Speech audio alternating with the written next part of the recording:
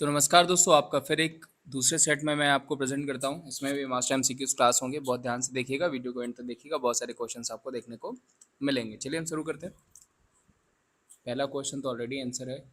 हाँ चलिए, कोई बात नहीं। चलिए, उल्टा क्वेश्चन हो गया ये। थॉमस रोन इंग्लैंड के राजा के राजदूत के रूप में मुगल शासक के दरबार में दौरा किया। वो मुगल शासक कौन था? तो सबको पता है, आपने आंसर भी देख लिया है। जहांगीर था। कौन था? जहांगीर। जहांगीर के समय में मैंने आपको चेन ऑफ जस्टिस बताई है, जो कि आपको कई बार आपको पूछा गया है। ठीक है, ध्यान रखिएगा। चेन ऑफ जस्टिस, और जो है कि चित्रकाल का भी गोल्डन पीरियड कहा जाता था। तो गोल्डन पीरियड ऑफ पेंटिंग भी जहांगीर के शासनकाल को आप कह सकते हैं। दिल्ली में लाल किला और जामा मस्जिद के शासनकाल के दौरान वास्तुकला की विशाल उपलब्धियों के रूप में सामने आता है। शाहजहां, अकबर, औरंगजेब या फिर जहांगीर? जो सही आंसर हो जाएगा वो क्या हो जाएगा? वो हो जाएगा शाहजहां। ध्यान रखिएगा, जो सही आंसर हो जाएगा शाहजहां। तो गोल्डन पीरियड ऑफ, अगर आपको पूछा जाएगा कि गोल्डन पीरियड ऑफ बिल्डिंग्स पूछा जाता है, मॉन्यूमेंट्स पूछा जाता है, तो वो किसका समय हो जाएगा? तो वो समय हो जाएगा आपका शाहजहां का। ध्यान रखिएगा, वो समय अगर पूछा जाएगा तो वो किसका हो जाएगा? वो हो जाएगा आपका शाहजहां से संबंधित हो जाएगा। हुमायूं का उत्तराधिकारी निर्वासन में पैदा हुआ, केवल 13 साल वर्ष का था जिसके पिता की मृत्यु हो गई, वह कौन था? तो वो कौन था? वो हो जाएगा अकबर। ध्यान रखिएगा, अकबर 13 साल के उम्र में था तभी हुमायूं की डेथ हो गई थी। और हुमायूं नामा किसने लिखा था? गुलबदन बेगम ने लिखा था। किसने लिखा था? गुलबदन बेगम ने लिखा था हुमायूं नामा। उसके अलावा अगर आपको पूछा जाएगा तो किसे हुमायूं की डेथ कैसे हुई? तो उद्दीन पना की, यानी लाइब्रेरी की सीढ़ियों से गिर करके किसकी डेथ हो गई थी? तो हुमायूं की हो गई थी। तो ये भी आपको पूछा जाता है। ठीक है। और चारबाग शैली में पूछा जाएगा किसको दफनाया गया था? तो चारबाग शैली में किसको दफनाया गया था? तो वो हुमायूं को ही दफनाया गया था। हम, और अगर आपको पूछा जाएगा अकबर का पहला युद्ध, तो पानीपत का दूसरा युद्ध, जो कि आपको पूछा जा सकता है। ये भी एक नंबर का। अकबर का अगर गार्जियन पूछा जाएगा कौन, तो वो हो जाएगा बैरम खान। ध्यान रखिएगा, बैरम खान। ये भी आपको पूछा जाता है। अकबर को उनके बेटे सलीम ने किस उपाधि दी जिसका अर्थ वह विश्व का विजेता था? जहांगीर, बादशाह, जहांपना या फिर शाहजहां? तो जो सही आंसर हो जाएगा वो हो जाएगा जहांगीर। जहांगीर का मतलब क्या हो गया? Conqueror of the world.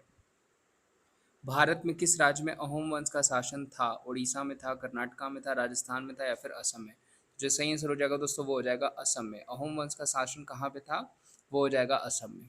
East India company ने 1608 में कैप्टन विलियम हॉकिंस को सम्राट के दरबार में सूरत में एक कारखाना खोलने की अनुमति दी। जहांगीर, शाहजहां, अकबर या फिर हुमायूं? तो जो सही आंसर हो जाएगा वो हो जाएगा जहांगीर। ध्यान रखिएगा, थॉमस और विलियम हॉकिंस दोनों जहांगीर के समय में आए थे। हेलेनास्टिक शब्द निम्नलिखित में से किस देश से संबंधित है? चीन से, ग्रीस से, भारत से या फिर पेरू से? जो सही आंसर हो जाएगा वो हो जाएगा आपका ग्रीस से संबंधित। हेलेनास्टिक शब्द का संबंध किस देश से संबंधित हो जाएगा? तो वो संबंधित हो जाएगा आपका ग्रीस से। विजयनगर की प्राचीन राजधानी हम्पी में स्थित है। तमिलनाडु, केरला, तेलंगाना या फिर कर्नाटका? तो हम्पी कहाँ पर स्थित है? तो हम्पी हो जाएगा आपका कर्नाटका में। ध्यान रखिएगा, हम्पी कहाँ पर स्थित हो जाएगा? तो वो हो जाएगा कर्नाटका में। चंगेज खान को अधीन मंगोलों ने भारत पर किसके शासनकाल में आक्रमण किया था? बलबन, फिरोज तुगलक, इल्तुतमिश या फिर मोहम्मद बिन तुगलक? तो चंगेज खान के अधीन मंगोलों ने भारत पर किसके शासनकाल में आक्रमण किया था? तो वो किया था इल्तुतमिश के शासनकाल में। गंगाई कोंडचोलपुरम मंदिर का निर्माण किसने कराया था? राजराज प्रथम ने, राजेंद्र चोल ने, करिकला चोल ने या फिर मार्तांड वर्मा ने? तो गंगाई कोंडचोलपुरम मंदिर का निर्माण किसके द्वारा कराया गया था? तो वो राजेंद्र चोल के द्वारा कराया गया था।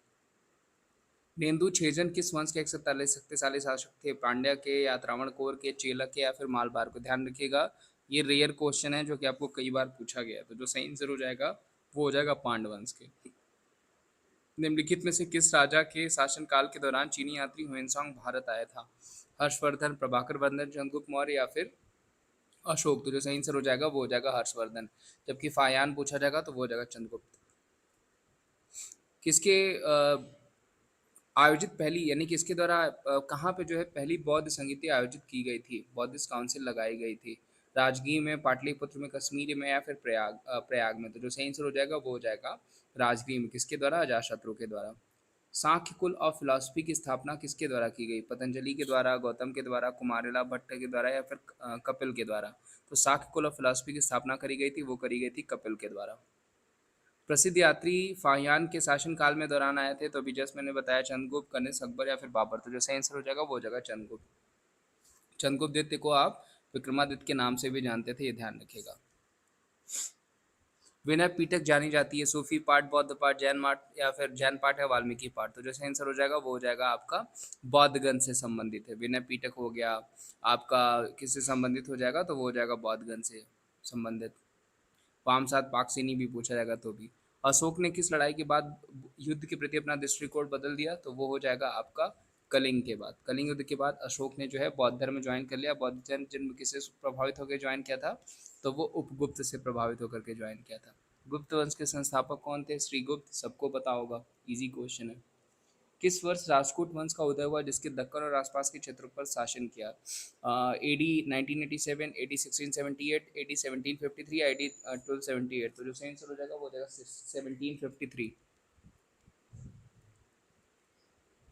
जेपी जोशी ने निम्नलिखित में से किस स्थल की खोज की थी? लोथल, चंदूरो, धोलावीरा या फिर बनवाली? तो जो सही आंसर हो जाएगा जेपी जोशी ने निम्नलिखित में से किस स्थल की खोज की थी तो वो हो जाएगा आपका धोलावीरा। चांदोग्य ब्राह्मण ब्राह्मण किस वेद से संबंधित थे? तो चांदोग्य ब्राह्मण जो संबंधित थे वो संबंधित हो जाएंगे आपके सामवेद से, जिसको आप संगीत का वेद भी कहते हैं। बिंबिसार का संबंध किस राज्य वंश से? तो हर एक वंश का संस्थापक ही पूछा जाएगा तो कौन हो जाएगा? बिंबिसार। उसके बाद इसकी हत्या किसने कर दी? इसके बेटे अजातशत्रु ने कर दी। और उसकी हत्या किसने कर दी? उसके बेटे उदयन ने कर दी। ध्यान रखिएगा, पूछा जा सकता है। मगध पे सबसे पहले शासन करने वाला राज्य साम्राज्य भी कौन सा हो जाएगा? तो वह हर्यक डायनेस्टी ही हो जाएगी।